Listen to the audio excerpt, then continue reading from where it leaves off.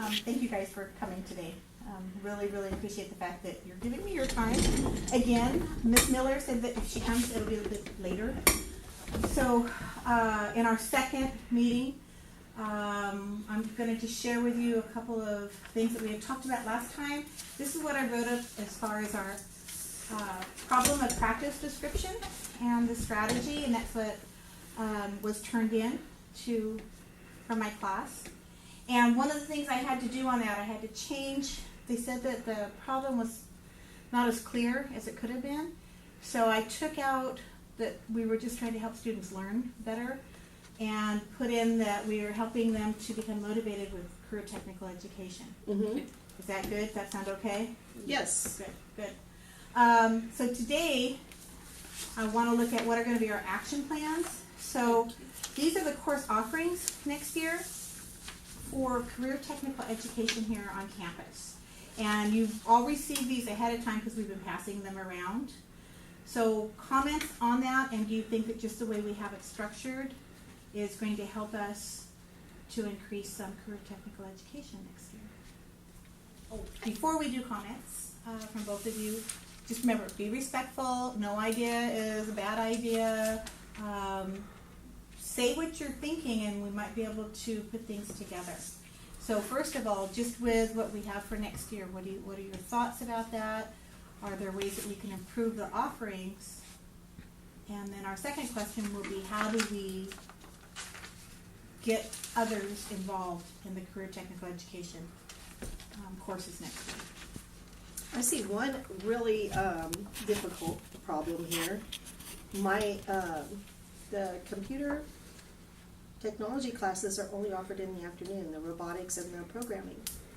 That really limits the students that can take those classes. There's no alternating morning or afternoon. If you can't go in the morning, you go in the afternoon on another day. It's all afternoon, and it's limited as to the days you can come. And that's it.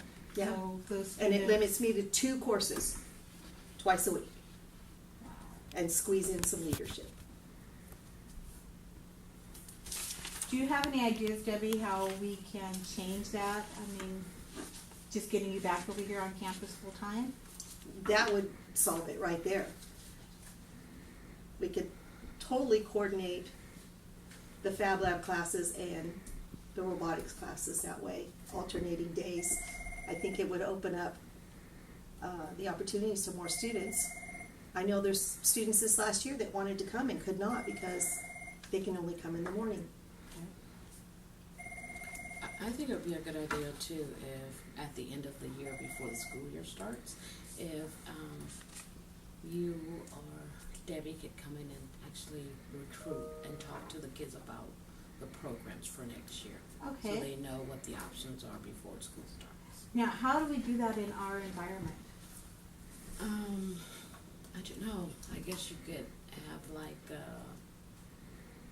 a morning meeting for the kids that a lot of them come early or they're sitting out waiting to see their teachers. You could go out and talk to more than one student at a time that way. I think also scheduling some time at like back to school night, open house. Yes. To kind of go over, like maybe first semester, whatever that first thing is we have. Right. And then before we start, before we go on break, before second semester starts, is getting together again and maybe letting them know these classes are offered. Yeah, utilize the students that are already in it. That's a help good promote idea. it. Mhm. That's a good idea. Do you think we might be able to, actually we could, our creative marketing class next year can make a video and video all of our Oh, that would CTE be courses. good. Another thing is a lot of times kids will do projects with you, and if we don't go into your classroom, we're not You don't aware see of them. what they're Okay. creating. So if we could display some of their work out in the main office, Good you would idea. get kids going, hey, who made that? How can I be a part of that? I would like to make something like that. Excellent. You have these many hours available. They don't take into consideration, I need to get a drink of water, a cup of coffee, go to the bathroom.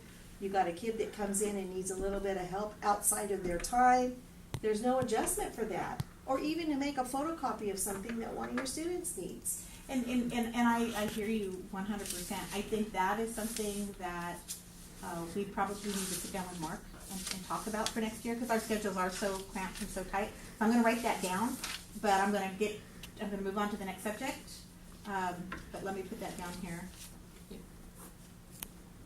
It always seems to get skipped. I agree with that prep time.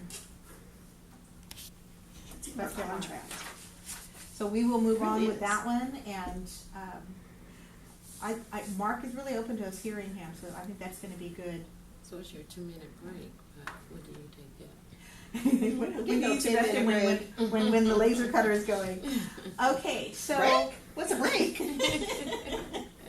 let me ask you, parents, how do we get this information? Because we've talked about students, but I think parents drive some of our students on campus. How do we get that information to those parents that don't always come to our open house? What do we do? I think it's a big thing. Yeah. So in addition, doing the posters, taking care of putting a video, make sure we have a video. We've got the parent information that we talked about. So I'm hoping that throughout the year next year I can run things through all of you, and we'll get Miss Miller on board again. I think I'm excited. Debbie, I'll talk to Mark about what we spoke of earlier, as well as trying to get you here in the morning.